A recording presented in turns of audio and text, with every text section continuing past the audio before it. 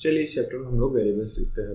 सबसे पहले हम लोग हमारा प्रोग्राम लिखेंगे इंक्लूड stdio.h, उसके बाद इंक्लूड conio.h, उसके बाद void main। यहाँ पे मैं सबसे पहले लूँगा इंटीजर विड्थ। यहाँ पे मैं सिर्फ उसको डिफाइन करूँगा, उसको मैं इनिशियलाइज नहीं कर रहा। उसके बाद मैं एक और इंटीजर लूँगा हाइट। यहाँ पर मैं उसको इनिशियलाइज और डिक्लेयर दोनों साथ में करेंगे। तो एक वेरिएबल का नाम डिक्लेयर करने से पहले हमें कुछ रूल्स ध्यान में रखने होंगे। सबसे पहले है कि वेरिएबल का जो नाम है वो हमेशा लेटर, नंबर, डिजिट या फिर अंडरस्कोर कैरेक्टर का इस्तेमाल कर सकता है।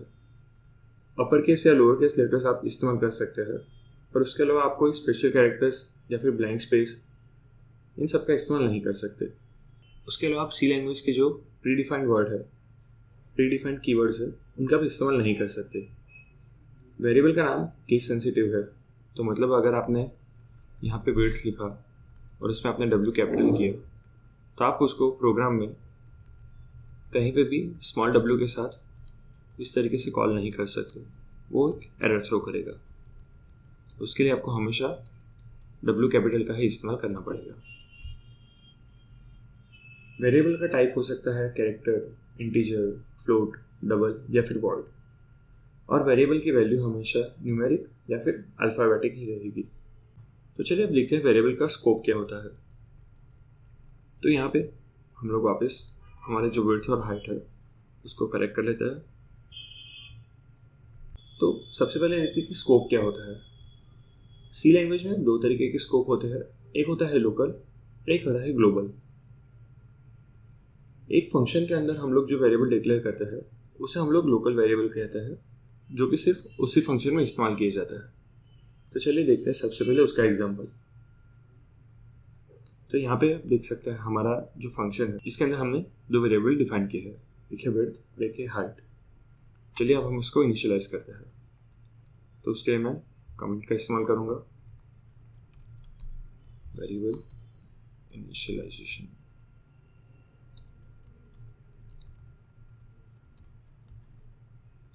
और यहाँ पे मैं सिर्फ विड्थ को इनिशियलाइज करूँगा, जो कि मैं लूँगा 10।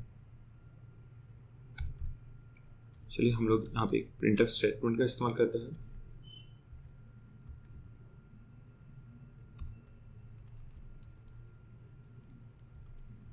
फिर यहाँ पे मैं लिखूँगा वैल्यू ऑफ विड्थ, फिर कोलन, फिर %d, और उसके बाद मैं कोमा सेपरेट लिखूँगा वैल्यू ऑफ हाइट, उसके बाद %d, और उसके बाद पहले मैंने इनिशियलाइज किया है विड्थ, तो मैं विड्थ लिखूँगा, और उसके बाद मैंने लिया है हाइट, तो मैं हाइट डिक्लेयर करूँगा। उसके बाद हम लोग गेट ch करेंगे, और प्रिंटफ से पहले मैं clr scf फंक्शन का भी इस्तेमाल करूँगा ताकि हमारा आउटपुट हमें एक बार क्लीन दिखे। चलिए इसको हम लोग कंपाइल करके रन करते हैं। तो सबसे पहले मैं इसे सेव कर दूँगा, उसके बाद कंपाइल, यहाँ पे कोई एरर नहीं है, और उसके बाद रन। तो आप देख सकते हैं यहाँ पे हमें मिल गया है वैल्यू ऑफ विड्थ इज 10 और वैल्यू ऑफ हाइट 5। तो ये हो गया हमारा लोकल वेरिएबल। और हमारा मेन फंक्शन के बाहर जो भी हम लोग वेरिएबल डिक्लेयर करते हैं उसे हम लोग ग्लोबल वेरिएबल कहते हैं। तो यहाँ पे मैं एक वेरिएबल डिक्लेयर करूँगा एरिया, और इसको हम लोग हमारे मेन फंक्शन में कॉल करेंगे। यहाँ पे मैं एरिया लिखूँगा 2 स्टार विड्थ स्टार हाइट।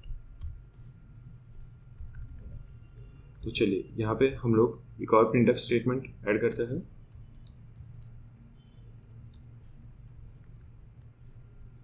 उससे पहले मैं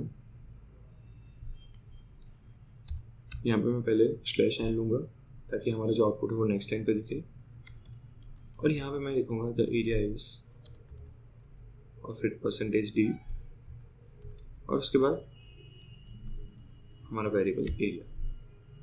चलिए इसको हम लोग सेव करते हैं। उसके बाद मैं उसको कंपाइल करूँगा और फिर उसको रन करूँगा। तो आप देख सकते हैं यहाँ पे हमारा output value of width 10, value of height 5 और हमारा एरिया जो हमने 2 स्टार विड्थ स्टार हाइट किया था वो है 100। तो ये हो गया ग्लोबल वेरिएबल। ग्लोबल वेरिएबल का बेनिफिट ये है कि वो पूरे प्रोग्राम में हम लोग कोई भी फंक्शन में से एग्जीक्यूट या फिर चेंज कर सकते हैं, जबकि लोकल वेरिएबल को हमें सिर्फ मेन फंक्शन के अंदर ही इस्तेमाल करना पड़ेगा। तो इस चैप्टर में फिलहाल इतना ही। नेक्स्ट चैप्टर में हम लोग कीवर्ड्स के बारे में देखेंगे।